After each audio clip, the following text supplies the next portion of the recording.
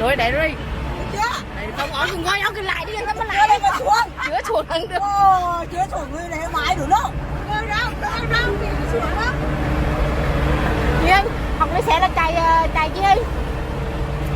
Ông Ngân đang đi xe đó đây. Chưa? Ngoại chưa? Trời ơi.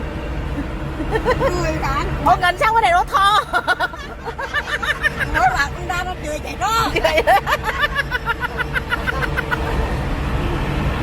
Ôi, ôi thò đây, thò chuẩn bị đến phiên đây lên lại xe đây.